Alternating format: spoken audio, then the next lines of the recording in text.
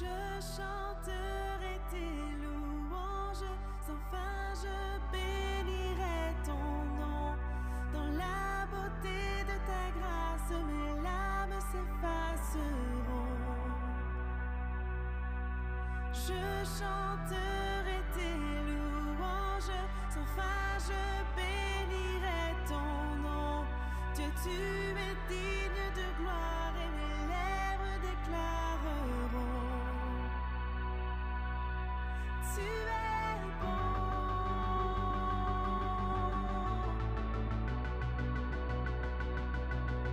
Tu es bon.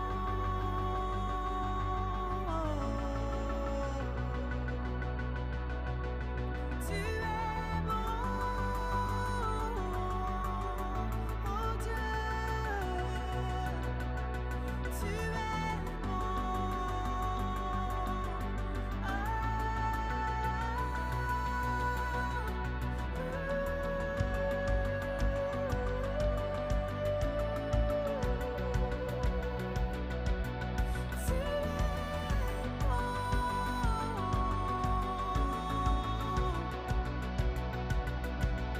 Dieu créateur, Dieu de miracles, redonne vie, redonne espoir. Dieu créateur, Dieu de miracles, redonne vie, redonne espoir. Tu es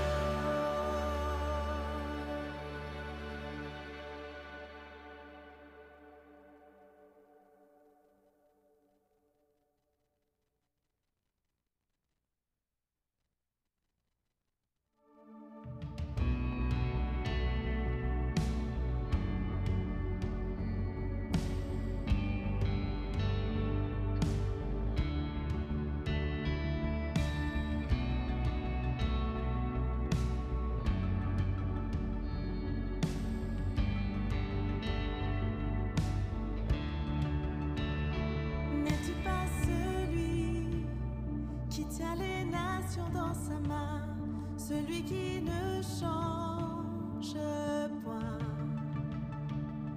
N'es-tu pas celui qui considère mes besoins, chassant l'ennemi au loin?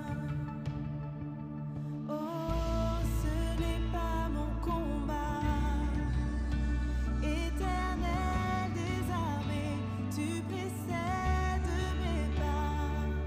Oh, ce n'est pas mon combat, Christ a ressuscité, la victoire.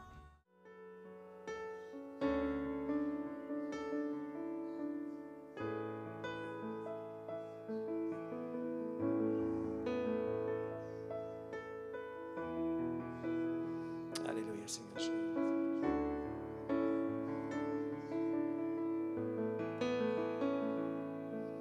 Mon cœur est à toi, tout à toi. Et Seigneur Dieu, nous avons chanté, Seigneur, à propos de ta grandeur ce matin, Seigneur Jésus. Oui, Seigneur Dieu, mais tu nous appelles à nous soumettre, Seigneur, à cette grandeur, Seigneur Jésus, à se soumettre à toi, Seigneur Dieu. Oui, Seigneur, comme tu nous as enseigné, Seigneur Dieu. Oui, Seigneur, à dire, Seigneur, non pas ma volonté, mais la tienne, Seigneur Jésus. Et nous à mettre cela en pratique dans notre vie, Seigneur Jésus. Que ce soit au niveau de nos actions, Seigneur, au niveau de nos pensées, Seigneur. Parce que tu nous enseignes aussi en ta parole, Seigneur, de rendre toute pensée captive à toi, Seigneur Jésus. nous de ne jamais dévier, Seigneur Dieu. Afin que toutes nos pensées, Seigneur, soient honorables aussi, Seigneur. Soient justes, Seigneur Dieu. Seigneur, sois ancré dans ta parole, Seigneur. Sois selon ta volonté, Seigneur Jésus. Tes pensées et non les nôtres, Seigneur. S'il y a des rancunes dans notre vie, Seigneur, des amertumes, Seigneur Jésus.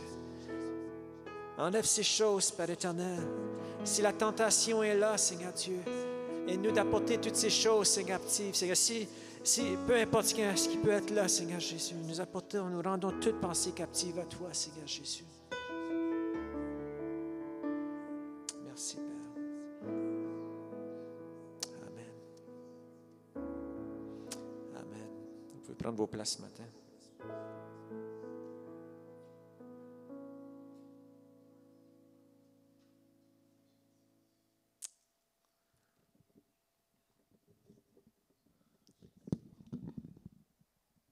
Amen. Gloire au Seigneur. Amen. Vous avez passé une belle semaine? Oui. Vous avez survécu? Bon, écoute, déjà que vous avez eu le courage de sortir ce matin, d'affronter la température, je pense qu'on peut se donner une bonne main d'applaudissements ce matin. Hop. Ça, c'était pas prévu comme ça, mais j'ai ouvert mon téléphone, j'ai trouvé ma trombone. Est-ce que vous avez promené avec votre trombone cette semaine? Oui. Super, gardez-la encore. Hein. Si vous la perdez, prenez-vous-en un autre, ça ne coûte pas cher. Hein. Amen. On veut vraiment vous accueillir dans la maison du Seigneur ce matin. Sentez-vous vraiment à l'aise. Et puis, on a des belles choses de préparer pour vous. Dans quelques instants, on a Carl qui va venir apporter la prédication ce matin. Et puis, voilà, je veux juste vous encourager. La semaine prochaine, on a un dimanche vraiment spécial. Et puis, ce dimanche prochain, on va avoir un autre repas potluck. C'est dimanche prochain. Et puis, ça va être un dimanche un petit peu spécial de la Saint-Valentin. OK? Fait que, voilà, moi et Nathalie, on va apporter la prédication ensemble. On va essayer de ne pas se chicaner sur le stage, hein, parce que c'est la Saint-Valentin. Fait qu'on va essayer d'être sage. Puis, on va parler justement sur des choses plus de Saint-Valentin. Là. Fait que venez préparer, que vous soyez en couple, que vous soyez célibataire, ça va être vraiment pertinent pour tout le monde. Puis après ça, on va avoir un petit dîner ensemble en bas. Et puis, ça va vraiment être le fun. Et puis aussi, une chose qu'on va faire, puis ça fait longtemps qu'on n'a pas fait ça, à ce que je sache, c'est que pendant le potluck, il va y avoir quelque chose pour les adolescents dans la classe des ados. Donc, cette semaine, là, on va tout vider la classe des ados là, parce qu'il y a plein de choses qui sont accumulées là. Et il va y avoir quelque chose de spécial pour les ados. Fait que si vous avez des gens dans votre famille, des ados, essayez de les inviter, dire hey, ça va être intéressant dimanche prochain. Il va y avoir des jeux, il va y avoir une petite animation pour eux pendant le potluck. Fait que, ouais, ça va être le fun. C'est encourageant, n'est-ce pas? C'est vraiment très encourageant de voir ces choses-là. Et puis, ouais, c'est pas mal ça. Sinon, j'ai une petite vidéo. Je ne sais pas si Annie, tu peux nous faire jouer la petite vidéo ce matin. Salut tout le monde, moi c'est Nathalie. Puis aujourd'hui, je vais vous parler de l'éducation chrétienne à l'église communautaire de Mountain View. Depuis le temps des fêtes, nous avons reçu des cadeaux à l'église Mountain View. Nous avons reçu plein d'enfants. Alors, on a prié d'avoir plein d'enfants dans nos écoles et voilà que dans nos classes d'école du dimanche, et voilà que nos classes sont remplies. Hurrah, Dieu nous a répondu. Mais maintenant, qu'est-ce qu'on fait avec tous ces enfants-là? Parce qu'on a été bénis outre mesure. Alors, aujourd'hui, je vais vous parler de cette vision-là que j'ai pour le groupe que j'appelle la garderie. Et en fait, j'appelle ça la garderie parce que ce sont pour les enfants d'âge préscolaire, d'âge de 2 à 5 ans. Après la pouponnière et avant les classes d'école du dimanche. Nous voulons avoir, premièrement, un endroit chaleureux et accueillant, non seulement dans l'espace, mais avec l'enseignante souriante qui reçoit les enfants, qui s'agenouille pour leur poser des questions. C'est quoi ton nom? Puis de l'apprivoiser, apprendre à gagner sa confiance. Tout de suite, l'enfant est accueilli par un espace où il y a des jeux et l'enfant peut avoir un temps de jeu libre pour apprivoiser son entourage et apprendre à connaître les autres enfants. Ceci étant dit, je suis à la recherche des petits bonhommes parce qu'il nous manque des petits bonhommes dans notre espace. On a plein de beaux châteaux et tout ça, mais on n'a pas de petits bonhommes. Et aussi, on a des belles rampes pour nos voitures, mais on n'a pas de belles petites voitures comme ça, des voitures pour les petits comme ça. Une autre chose que je veux voir, c'est avoir une petite cuisinette et peut-être un petit panier pour notre épicerie parce qu'on a la nourriture, jouets, on a des assiettes, jouets, mais on n'a pas de petite cuisinette. Ça serait cute. Hein? On aimerait ça. Alors, je vais vous parler un petit peu du déroulement. Je vous ai dit premièrement que les enfants sont accueillis ayant un temps de jeu libre. Ensuite, l'enseignante leur demande, venez les enfants, ayons un temps de discussion. Et cet temps de discussion est surtout d'écoute l'un de l'autre où chacun prend a la chance de s'exprimer. Qu'est-ce que tu as fait cette semaine? Parle-moi de toi. Quel est ton animal préféré? Et ensuite, par rapport à ces conversations-là, souvent, il y a des temps de prière qui peuvent en sortir. Ma grande sœur ne veut pas jouer avec moi. Prions pour toi, Sarah. Jacob dit, moi j'ai peur du noir, mais prions pour toi. C'est des moments où on peut modeler la prière pour eux. Ensuite, on a le moment de la leçon qui ne nécessite aucune préparation. Chaque enfant a un petit livre à colorier. Et dans le livre à colorier, il y a l'histoire que vous allez leur lire. Et eux, ils colorent pendant que vous lisez cette histoire-là. Et à chaque semaine, ils ajoutent des pages à leur cahier et qui fera un petit livre d'histoire biblique pour eux. Ensuite vient le temps de la collation et les enfants, ça peut prendre longtemps pour manger. Et c'est vraiment des moments encore où on discute. On peut élaborer sur la leçon à ce moment-là aussi. J'ai une faveur à vous demander. Si quelqu'un aurait à cœur de faire des gâteaux pour les anniversaires des enfants, il y en a plusieurs qui s'en viennent là. Ça nous ferait vraiment plaisir d'avoir quelqu'un pour faire des gâteaux pour les anniversaires, célébrer les enfants. Et si quelqu'un aurait à cœur de laver la vaisselle de l'école, de l'éducation chrétienne après, nous, on apprécierait ça aussi énormément. Ensuite, après ces temps-là, on a des temps de jeu que j'appelle semi-dirigés, c'est-à-dire que l'enseignant joue avec les enfants. OK, les enfants, jouons à ce jeu de société. OK, on fait de la pâte à modeler maintenant. Et ceci étant dit, j'ai la vision, j'aimerais avoir, si encore là, on n'en a pas, mais si vous avez à cœur, j'aimerais avoir des cartes à lacer. Question de travailler la motricité fine, ça fonctionne bien, et des pochoirs. Ça fait des belles activités semi-dirigées. Aussi, j'aimerais avoir des livres chrétiens français adaptés à cet âge-là, parce qu'ils aiment ça, même si c'est juste avec un enfant, se blottir avec l'enfant puis lui lire une histoire.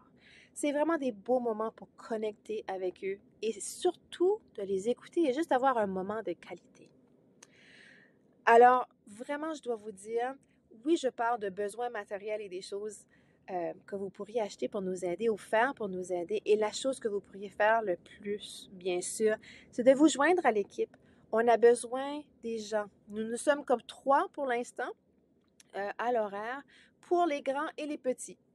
Et moi, vraiment, ma vision de ce que je cherche, c'est des mamies, des papis, des matantes, puis des mononcles cool qui vont venir, puis jaser avec les enfants, construire une relation, leur poser des questions, juste interagir avec eux, juste les aimer, pour qu'ils puissent avoir une belle expérience avec l'Église et savoir qu'ils sont précieux. Parce que rappelons-nous, on a prié pour avoir ces petits cadeaux, maintenant, il faut les recevoir comme ils sont dignes d'être reçus et les recevoir et les chérir et en prendre soin. Alors, je vous souhaite une belle journée et à la prochaine! Est-ce qu'on peut donner un applaudissement à Nathalie? Et puis, on va prendre un moment pour prier parce que vous savez, je me souviens que l'Église, en fin d'année, se demandait qu'est-ce qui va se passer, tout ça, priait pour un miracle, priait pour de la vie. Bien, la vie, elle est venue. OK? Maintenant, il faut en prendre soin. Puis, vous savez, je comptais tantôt, il y a une quinzaine de personnes en haut. La semaine passée, il y avait une quinzaine de personnes en bas. Fait que c'est un défi à relever. Puis, vous savez qu'on le fait déjà bien. Et puis, il faut vraiment travailler ensemble. On va prier parce que ça dit dans la parole de prier pour que Dieu puisse envoyer des ouvriers dans la moisson. Fait qu'il y a un geste de foi aussi, il y a un geste de foi dans la prière. Puis, on va prier que le Seigneur... Puis, au mois de février, on va prendre vraiment le mois pour prier pour ce besoin-là. Vous savez, on avait prié pour que Dieu nous aide à trouver quelqu'un pour pelleter, puis on a trouvé quelqu'un pour pelleter. Alors, on va prier pour le ministère des enfants, puis Dieu, il va faire son œuvre. Amen. Parce que Dieu, il construit son Église, tout simplement. Fait qu'on va se lever ensemble, puis on va prier que le Seigneur puisse agir, et puis que, voilà, qu'on continue de voir des belles choses dans ce département-là. Merci, Seigneur Dieu, pour cette vie, Seigneur, que tu as apportée. Merci, Seigneur Dieu, que tu veux faire grandir ton Église, l'Église communautaire de Mountain View, Seigneur Jésus. Et on voit déjà des signes, on voit, Seigneur, déjà des étincelles qui sont en train de devenir des plus grands feux, Seigneur Jésus. Puis on croit que tu vas agir dans cette communauté, oui, dans toute cette région. Et puis, Seigneur, que tu vas apporter cette Église, Seigneur, vers une nouvelle saison de croissance à travers les enfants, Seigneur, parce que les enfants, ils sont importants à tes yeux, Seigneur Jésus. Ils sont précieux.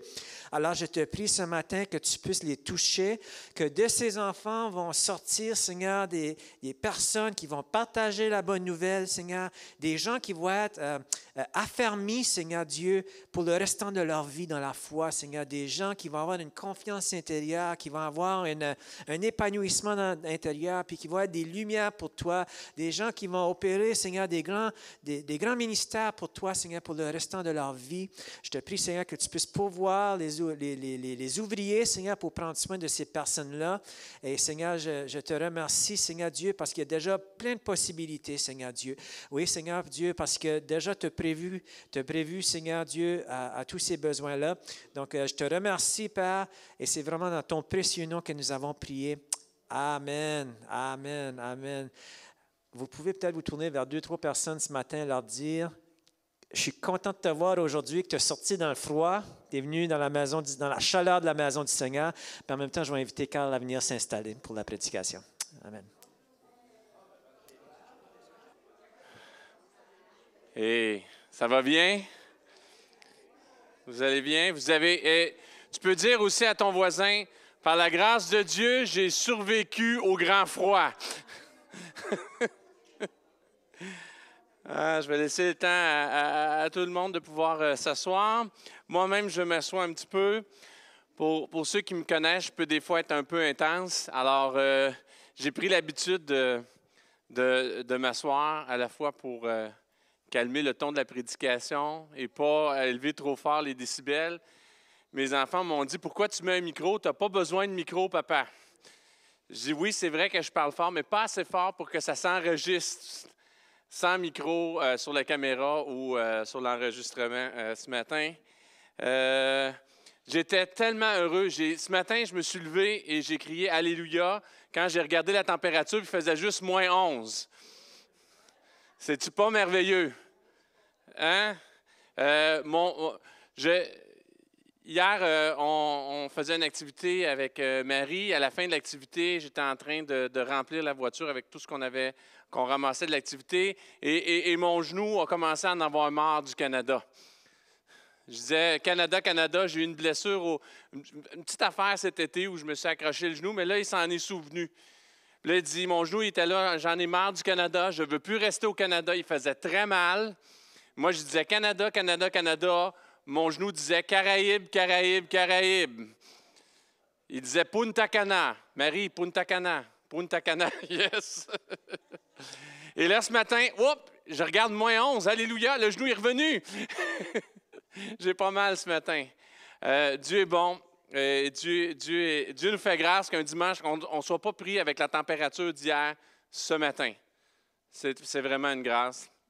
Je ne sais pas pour vous, mais moi, j'apprécie particulièrement cette saison-ci. Je suis rafraîchi à l'Église communautaire Mountain View. Peut-être que j'attendais... La Bible parle de la pluie de la première saison, puis la pluie de l'arrière-saison. Je me sentais personnellement desséché. C'est vraiment Dieu qui le fait. Ça a l'air d'un dimanche tout à fait normal, mais à chaque dimanche que je suis ici ce matin, comme je suis ici ce matin, à chaque dimanche, je me sens rafraîchi. Et je sens que Dieu a un message de rafraîchissement pour l'Église communautaire Mountain View. Je veux m'inscrire dans ce message de rafraîchissement-là. Et je vais peut-être le faire, comme ceux qui me connaissent, d'une façon un petit peu pas orthodoxe ou pas standard ou d'une façon inattendue.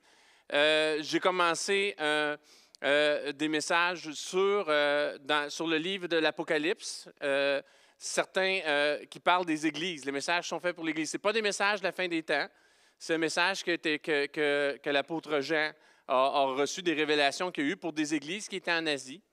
Et moi, je ne le lis pas pour l'Église qui est en Asie présentement. Ce message-là, je ne le donne pas pour ceux qui sont là-bas ou comme un message historique, mais pour quelque chose qui est en anglais on dit relevant, qui est pertinent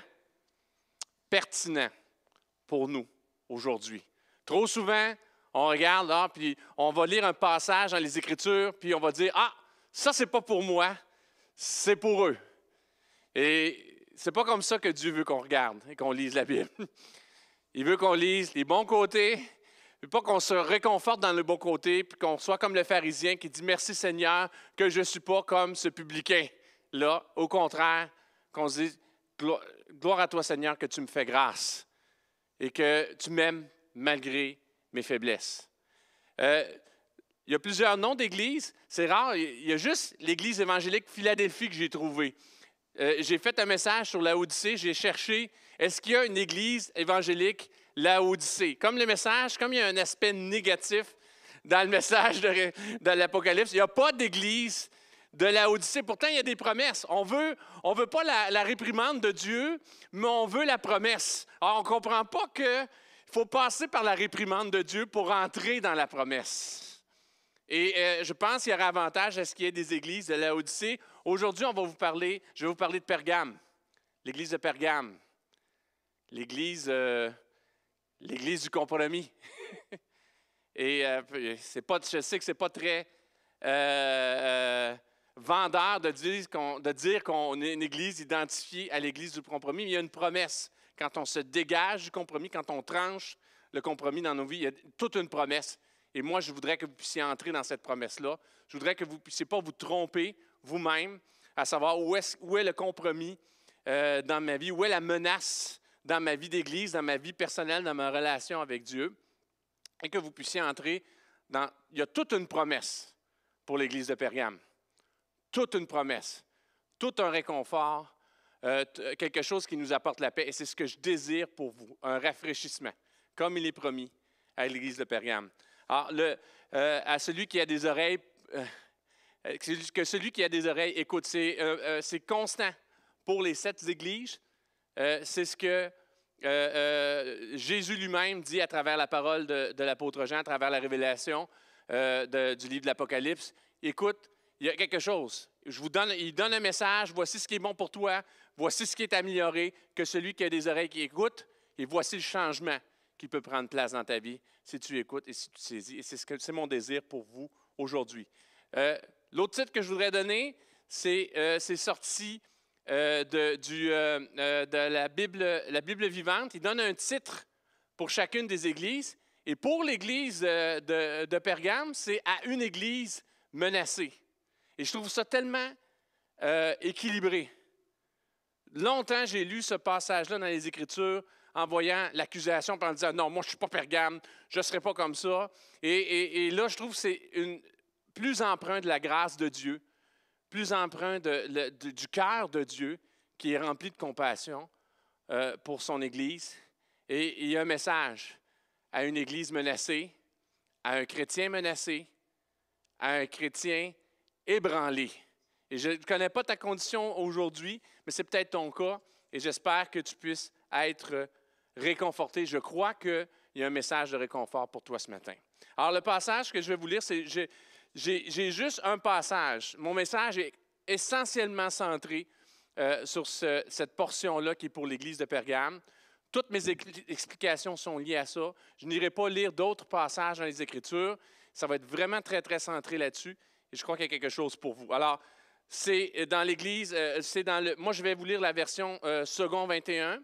C'est dans le livre de l'Apocalypse. Je vais vous lire du verset 12 au verset 17. Apocalypse, deuxième chapitre, verset 12 à 17, l'Église de Pergame. Écrit à l'ange de l'Église de Pergame, « Voici celui qui tient l'épée aiguë à deux tranchants. Je connais tes œuvres et l'endroit où tu es établi. Là se trouve le trône de Satan. Tu es fermement attaché à mon nom et tu n'as pas renié la foi en moi. Même durant les jours où Antipas, mon témoin fidèle, a été mis à mort chez vous. Là où est Satan, chez vous, là où Satan est établi. Mais j'ai certaines choses contre toi. Tu as là des gens attachés à la doctrine de Balaam, qui enseignent à Balak à tendre un piège aux Israélites pour qu'ils mangent des viandes sacrifiées aux idoles et se livrent à l'immoralité sexuelle. Ainsi, toi aussi, tu as des gens attachés de la même manière à la doctrine des Nicolaïtes. Repens-toi donc, sinon je viendrai bientôt à toi et je le combattrai avec l'épée de ma bouche. Que celui qui a des oreilles écoute ce que l'Esprit dit aux églises. Au vainqueur, je donnerai à manger de la manne cachée et je lui donnerai un caillou blanc. Sur ce caillou est écrit un nom nouveau que personne ne connaît, si ce n'est celui qui le reçoit. Amen. Ou aïe aïe, selon comment vous vous sentez. Écoutez, il y a énormément de profondeur. Je vais juste faire un survol. On va aller sur certains versets clés. En sondant le texte, on va aller sur certains aspects clés. Par la suite, je vous parlerai du problème et on se parlera aussi de la solution et de l'espoir qu'ils ont pour nous. Alors, quand on regarde ça de façon générale, on survole ce passage-là et on peut s'accrocher dans tous les détails historiques. Là, je prends un recul, puis une grande vérité qu'on peut ressortir de ce passage-là. Quel est le sens premier pour nous? Le message est adressé à l'Église de Pergame. Et je dis, c'est adressé aussi à nous, comme croyants. C'est un avertissement de demeurer fidèle à la vérité profonde de l'Évangile et un appel à la repentance des faux enseignements. Très simple. On doit demeurer fidèle, on doit se repentir des faux enseignements. C'est un rappel que l'Église doit rester ferme dans sa foi, surtout face à la persécution. Et c'est vrai, c'est une vérité. Et je pense que très souvent, dans les moments de confrontation, dans des moments de combat, il y a deux choses qu'on peut faire. Hein? En anglais, ils disent « fight or flight ». Tu te combats ou tu t'enfuis, ou tu fuis la situation. Mais je pense que dans des situations de crise, c'est surprenant. Souvent, les chrétiens vont bien réagir. Dans la persécution, les chrétiens vont bien réagir. Quand la persécution se poursuit, quand l'opposition est fréquente, quand ça se maintient, quand ça devient, comme on dit, systémique, ça devient ton atmosphère, ça devient le monde dans lequel tu vis, wow, c'est un petit peu plus difficile. Et ce passage-là montre que la tentation à compromettre la vérité de l'Évangile au nom de l'acceptation culturelle, pour apaiser la situation autour de nous, au long de cette acceptation culturelle, est souvent plus forte que la persécution. Et c'est ce que Balaam et Balak disaient. Non, on ne va pas les combattre directement. Va les tenter. Si vous lisez le passage dans l'Ancien Testament, c'est ça la stratégie. On ne va pas les combattre directement. On va les vaincre de l'intérieur. On va amener la tentation. On va les faire marcher un petit peu tout croche. On va atteindre, on va les faire, on va amener un certain, comment je dirais, on va les altérer un petit peu et ils vont perdre leur force. Le sens profond de l'avertissement est que le sens profond de l'avertissement est la fidélité de Christ. La fidélité de notre relation avec Dieu se manifeste autant dans la croyance que dans l'action. La fidélité à Dieu, ce n'est pas juste une idée, ce n'est pas juste un concept. À un moment donné, il faut que la bottine suive la Bible. Hein, on a cette expression-là, les babines. Hein, il faut que les déclarations de foi, il faut que un chrétien qui a la bonne doctrine mais qui ne la vit pas, qui vit d'une façon complètement différente, ça sert à quoi? Ça fait des belles conversations, Des fois, ça ne fait pas nécessairement des belles conversations. Ça impressionne personne. Il ne s'impressionne même pas lui-même. Tu ne peux même pas t'impressionner à avoir toute la bonne doctrine, mais pas à la vivre. Et le défi, c'est de la vivre. C'est de la vivre concrètement. C'est que notre pied suive tout l'idéal, toute la grandeur des Écritures. On ne peut pas le faire tout seul. On a besoin d'aide. On a besoin de Dieu. Ça a été une conclusion que vous regardez partout dans les Écritures. Tous ceux qui ont essayé de le faire tout seuls se sont trompés eux-mêmes. Pierre a dit, non, je ne te réunirai jamais. Je ne te réunirai pas, je vais te suivre, je vais te suivre, je vais te suivre, je vais te suivre. Et puis, le coq a chanté 3 fois, puis par lui-même, il n'a pas été capable. Et pourtant, c'est ce même Pierre-là qui, plus tard, a été lié et crucifié, qui a donné sa vie pour Jésus-Christ. Le même Pierre, mais qui marchait d'une façon différente. Alors, c'est notre objectif, de suivre, que les bottines suivent la Bible, suivent les babines. Maintenant, c'est beaucoup plus facile à dire qu'à faire. Beaucoup plus facile à dire qu'à faire. Moi, dans ma tête, c'est tout le temps très facile. Je le vois et le choc de la réalité fait que je n'y arrive vraiment pas toujours. Et ça va être notre défi aujourd'hui. Et je vais aborder ça un petit peu plus loin dans le texte. Et j'aimerais quand même il y a certaines grandes vérités, il y a certains comme passages clés dans ce texte-là que je veux souligner quand on sonde le texte. Et des choses sur lesquelles on peut s'accrocher, sur lesquelles juste une de ces choses-là est déjà une perle pour nous. Le message commence en disant, voici celui qui te parle, celui qui tient l'épée aiguë à 2 tranchants. Dieu s'identifie en partant. Il s'identifie en guerrier sur ta vie, puis pas n'importe quel guerrier.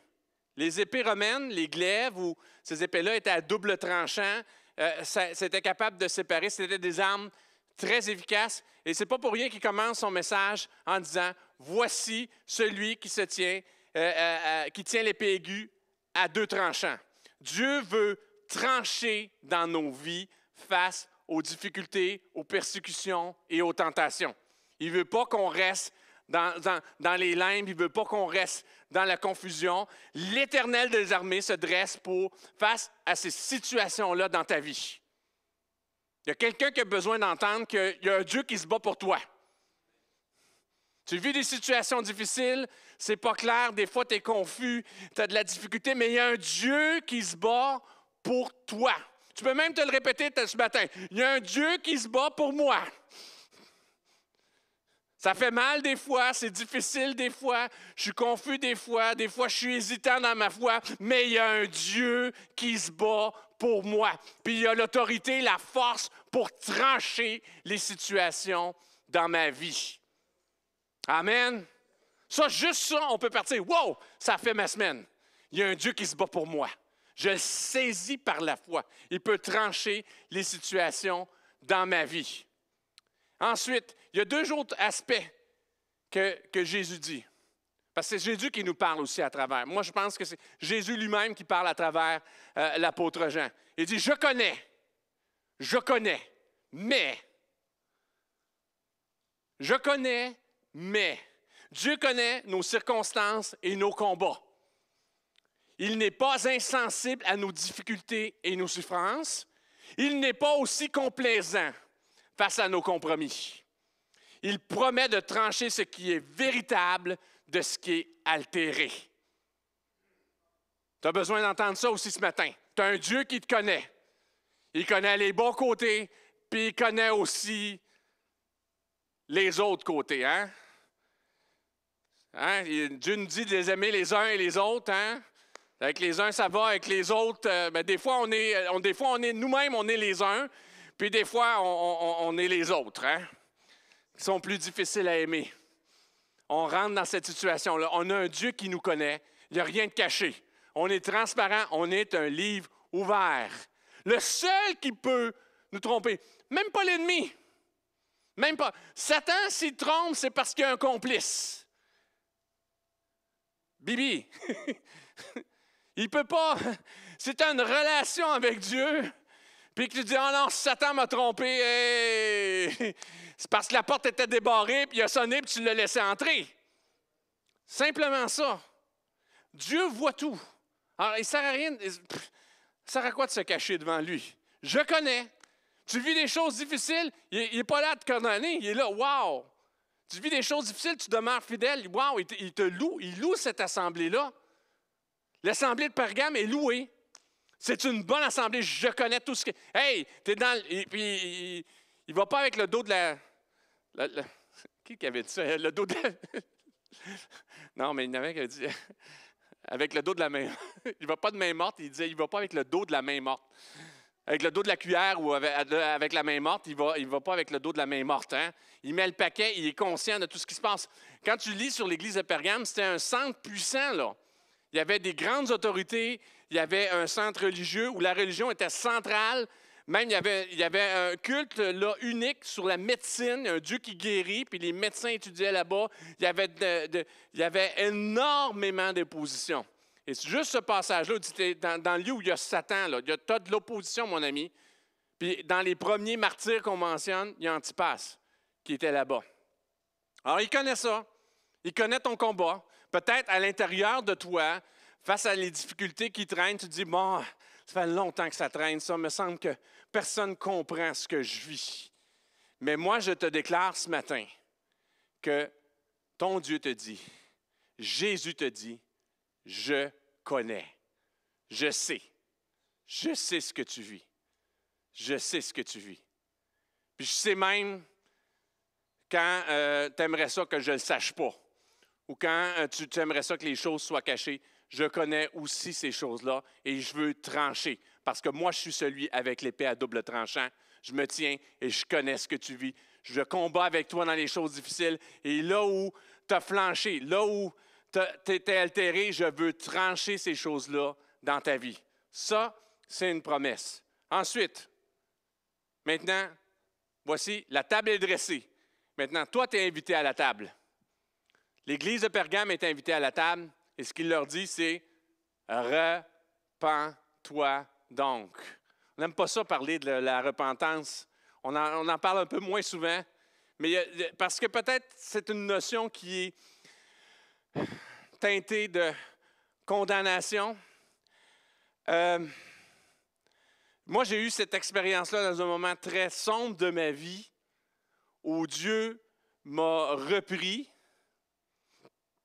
Il me dit avec amour, « Garde mon grand, là je vous le paraphrase en québécois, là.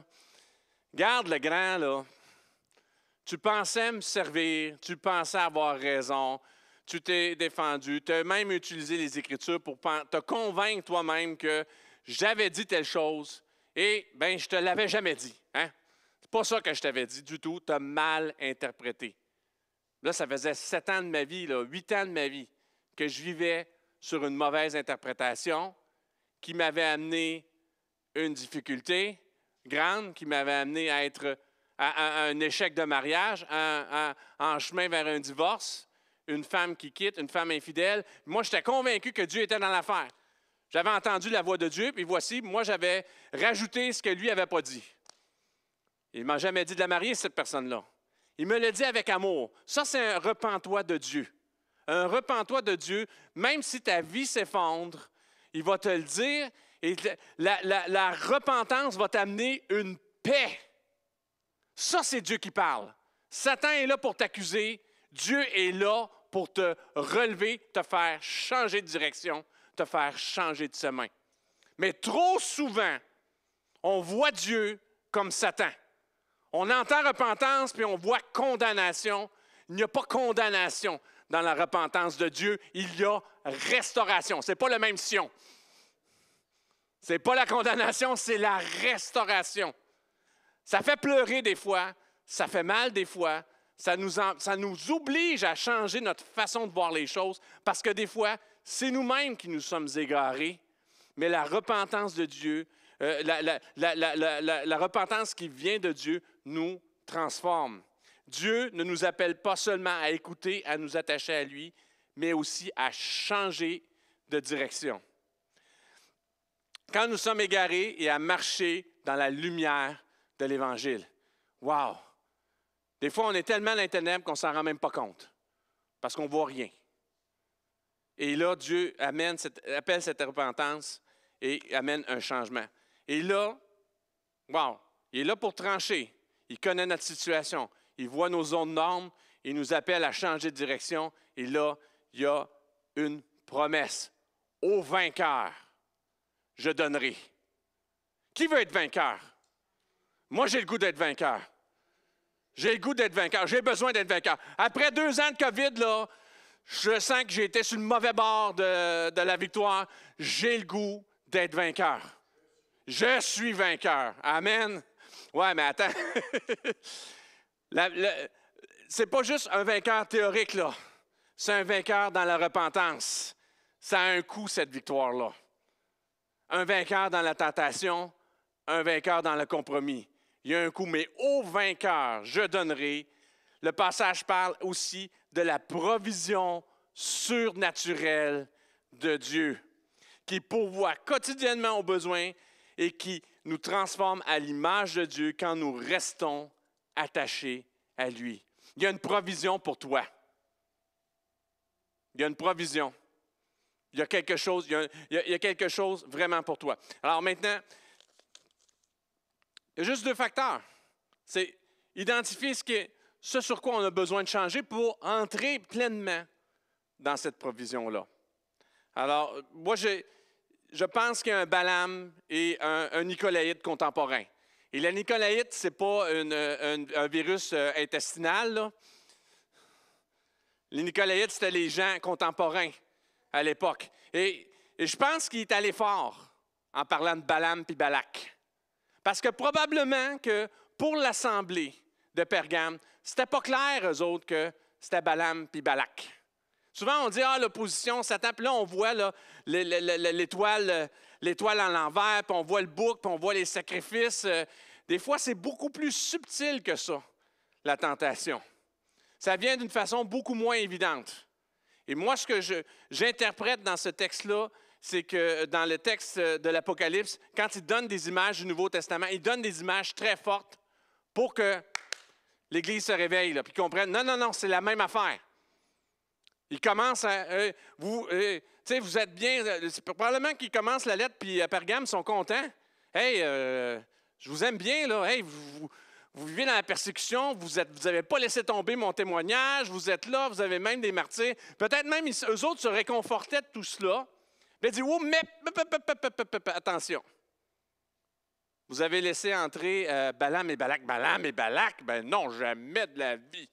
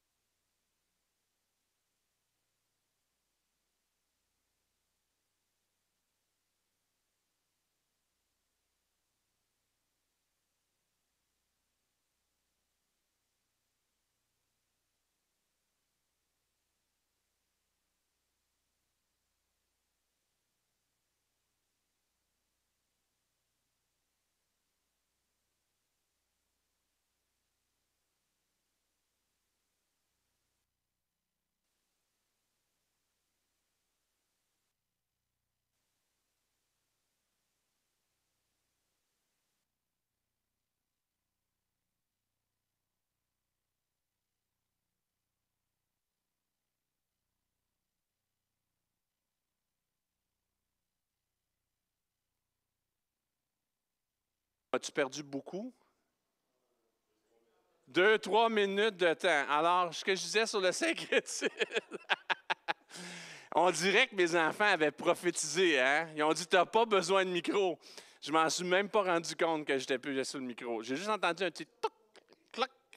J'ai entendu un petit toc. Alors, ce que je disais, c'est que le syncrétisme, c'est une façon que ce Balaam-là, que ce compromis-là, que cette altérance-là peut prendre place dans notre vie. Des fois, c'est subtil. Des fois, c'est juste... tu sais, je faisais l'allusion des notions orientales du karma. Moi, je déteste le karma. C'est la pire affaire qui a été inventée pour imprimer les gens, ça, le karma. C'est inventé, c'est une religion hindoue où il y a un système de caste. Tu as des gens qui sont en haut, puis tu as des gens qui sont en bas, puis les gens acceptent d'être en bas parce que c'est le karma. J'ai dû faire quelque chose dans le... Mais on voit que même dans la Bible, on parle de ça. Hein? Si vous lisez sur Job, hein? Qu'est-ce que tu as fait, Job? Qu'est-ce que tu as fait? C'est pas nouveau, ça, cette notion-là. Mais ça, vous savez aussi, c'est pas parce que c'est dans la Bible que c'est nécessairement chrétien. Ça peut être biblique, mais c'est un mauvais exemple qui est biblique. C'est pas parce que, mais je l'ai lu ici, ils font ça. Puis c'est pas nécessairement parce que c'est dans la Bible non plus qu'il faut nécessairement le répéter. Hein? Il disait que il y avait un commandement que quand tu étais dans le camp des Israélites, tu avais ton petit besoin à faire, il fallait que tu ailles au petit coin, mais tu prends ta pelle, puis tu t'éloignes du camp, puis tu vas aller creuser. Dieu merci qu'on n'a pas à faire ça aujourd'hui, parce que hier, le samedi, je me serais retenu toute la journée. À moins 37, moins 38, là, d'abord, comment tu vas faire ton trou? Je ne sais pas. Mais voyez-vous, tu peux avoir quelque chose de biblique, mais qui ne rend pas, qui est là juste un exemple. C'est historique pour te dire comment ça se passait à cette époque-là. Ça ne veut pas dire que c'était correct de le faire. Ça ne veut pas dire que c'était la volonté de Dieu. Il faut toujours équilibrer les choses. Et c'est la même chose, des fois, il y a le syncrétisme, il y a des notions qui viennent entrer, puis on peut trouver un équivalent de ça. Quelqu'un qui lit le livre de Job sans son contexte va dire, mais non, c'est normal. Là, regarde, il y a un passage où il dit à Job que c'est ta faute, c'est toi qui l'as provoqué, c'est le karma. Les enseignements chrétiens avec des idéologies séculaires et politiques, des fois, tu es comme cadré, non, il faut que soit tel genre de conservatisme, tel genre de croyance, puis c'est encore présent. On ne se pose pas la question, est-ce que c'est comme ça que je dois penser? Est-ce que c'est ce que Jésus m'enseigne? Parce que certaines personnes, certains leaders disent que c'est comme ça qu'on doit penser. Bien, c'est comme ça qu'on doit penser, même ces fois sans aucun fondement biblique. Et souvent aussi, moi, ce que je vois, des assimilations de croyances culturelles, régionales, dans la pratique chrétienne. On vit dans une société de consommation. On aime rendre notre christianisme comme une société de consommation. J'ai fréquenté beaucoup d'églises africaines. Des fois, il y a telle pratique qui se fait dans la tribu. Ils trouvent un passage dans la Bible où ils parlent de la pratique qui se fait dans la tribu. Ils disent, voilà, si c'est biblique, c'est comme ça. C'est comme ça que ça doit se passer. Alors, il y a cette notion-là du syncrétisme. Et il faut se poser la question sur, est-ce qu'il y a des choses que j'ai laissées entrer? Moi, je me remets toujours en question sur mes croyances.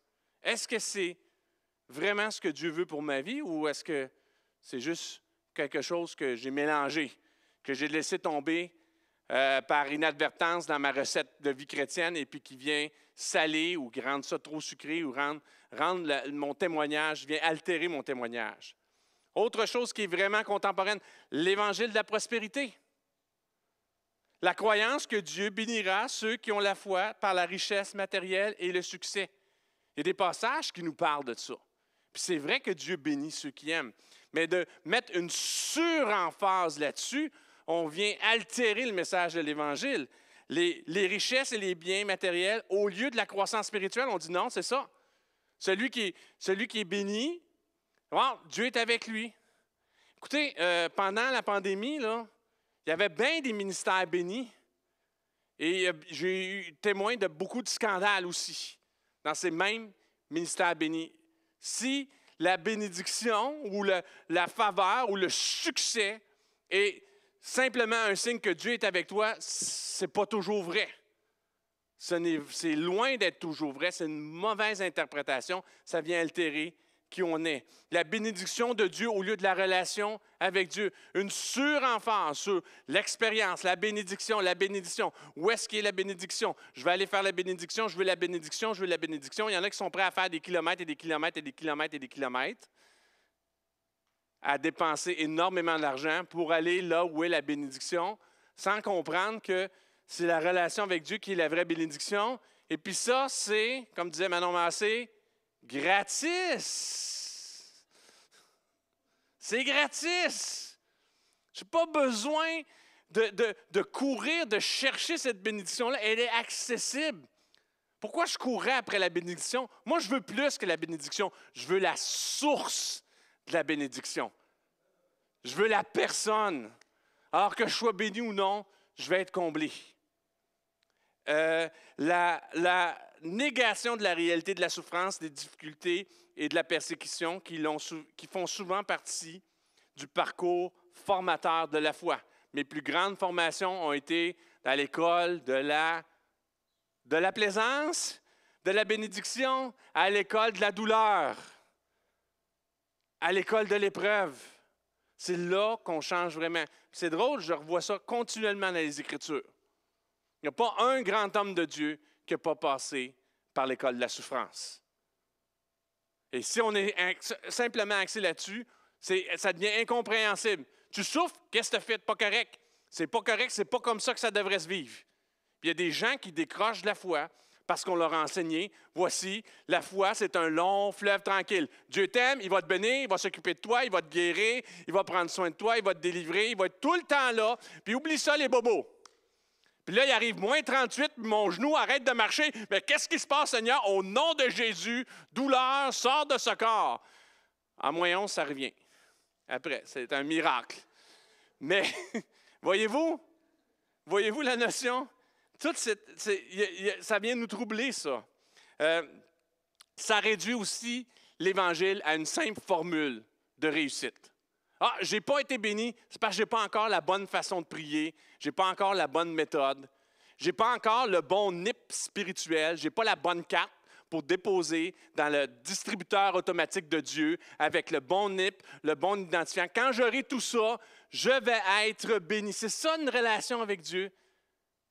Je donne des exemples extrêmes. Mais si moi, je me sonde profondément, des fois, j'ai une petite dose de syncrétisme. Des fois, je suis un petit peu tenté par un Dieu qui fait simplement bénir. Et Dieu veut trancher ces choses-là de nos vies. Un christianisme culturel. Une identification comme chrétien, mais une foi qui est largement fondée sur des facteurs culturels et sociaux.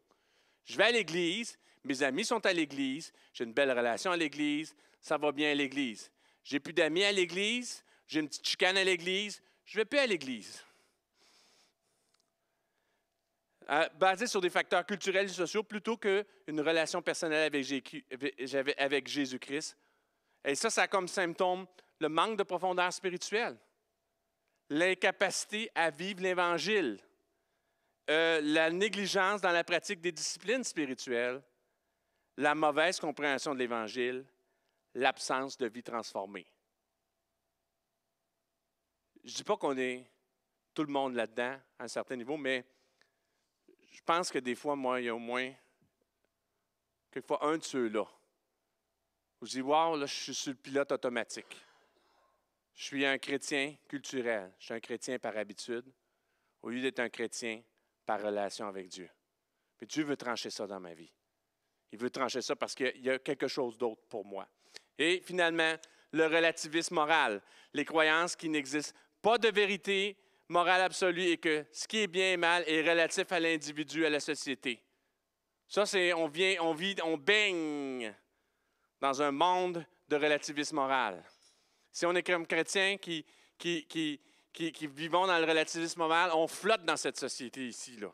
Parce qu'on a une grande tolérance face à la sexualité, comme la société autour de nous va avoir une grande tolérance à ça, une acceptation des approches spirituelles souvent opposées au christianisme. Ah, tout mène à Dieu, pourvu que tu sois bien, que ça fasse du sens pour toi, alors que des fois, c'est des messages complètement différents des façons complètement différentes de se rendre à Dieu. On ne sert pas un Dieu désordonné qui a une façon d'un bord, une autre façon de l'autre. Un rejet total ou partiel de l'autorité de la Bible. On se dit, moi, non, ça, ces passages-là, je n'ai pas de misère avec ça. Ce passage-là, là, il pourrait être arraché de ma Bible, je ne le lirai jamais. Je ne veux pas l'appliquer dans ma vie. Ou un support de la relativité morale et éthique, la relativité de la moralité et de l'éthique. Des fois, on est incohérent. On dit, on veut préserver les deux. Les deux sont bons, on ne tranche pas. C'est des choses qui peuvent prendre place dans nos vies. Et voici ce que j'ai pour vous. Ça, c'est un portrait. Je suis sûr qu'on se retrouve tous quelque part dans une de ces affaires-là. Mais je n'ai même pas fait un propre... J'aurais pu continuer, là. J'aurais pu continuer. Mais quand on accepte de prendre une victoire sur ces aspects-là où on est altéré, il y a une provision et la révélation dans la victoire. La manne cachée, moi j'ai 7 points pour la manne cachée, 7 points pour la pierre blanche. Une manne cachée. Une provision qui est là, puis on ne savait même pas qu'elle était là. La manne, c'est une provision quotidienne pour le peuple d'Israël alors qu'ils marchent dans le désert. Alors qu'il n'y a rien autour d'eux, Dieu, à tous les jours, leur donne la manne. Et Jésus parle lui-même, il dit, moi je suis la manne qui vient d'en haut, je suis le pain du ciel. Si tu tranches dans ta vie, Dieu fait cette promesse-là. Il y a une manne qui est là, puis tu ne savais même pas qu'elle était là, juste à côté de toi. Tu te sens desséché, tu es dans le désert, il y a une manne cachée. Une manne cachée pour toi, une provision au quotidien. Peu importe comment tu te sens, peu importe tes combats, elle est là. Tu tranches, tu dis non, je vais marcher dans la droiture, elle est là. Une nourriture spirituelle suffisante au quotidien. Une alliance avec Dieu se révélant dans la tourmente. C'est dans ton désert, tu dis, wow, je ne comprends pas, je me sens soutenu, je me sens nourri, une fidélité qui se poursuivant dans le temps, au quotidien, une manne cachée. Un symbole concret de la vie éternelle en Christ, le pain du ciel, un mystère, symbole de l'étendue des bénédictions disponibles pour les chrétiens. Ça ne finit jamais. Une provision toujours présente, même quand nous ne la voyons pas.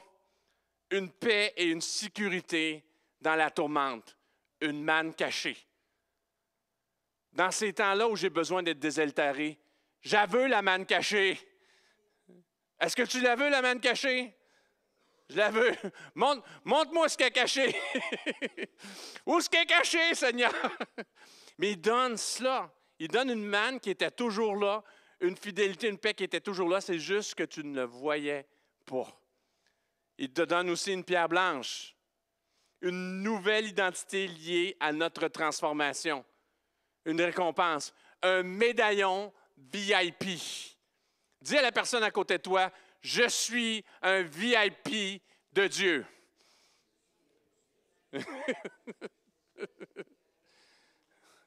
Hein? Celui qui a la victoire, hey, je vais te faire rentrer backstage. Je vais te faire rentrer à l'arrière, là. T'es VIP, tu vas avoir ton siège en avant.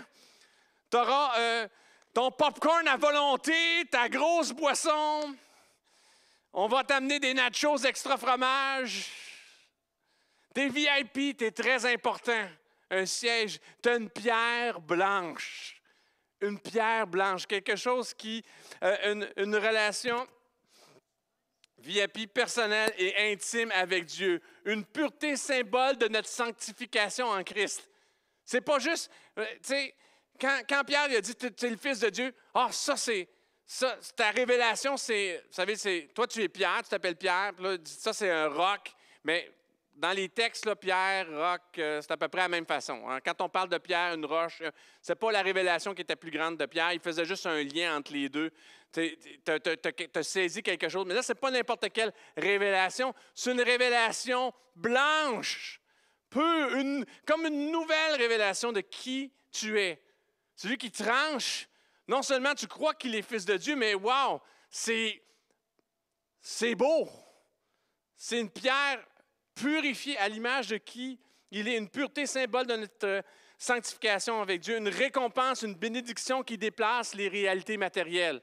Quelque chose un trésor qui n'a pas de prix.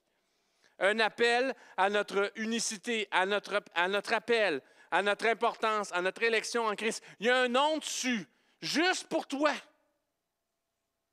Juste pour toi. Une vraie, profonde révélation de qui tu es en Jésus. De comment il te voit. Comment tu es unique sur toute la terre.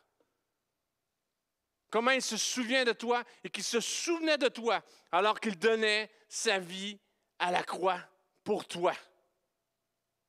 Quel encouragement! Souvent, on aspire à toutes sortes de choses. Il y a des sportifs qui aspiraient aux médailles, ils en ont gagné des médailles, ils ont gagné les médailles d'or, puis après que les Olympiques soient finis, ils sont en dépression.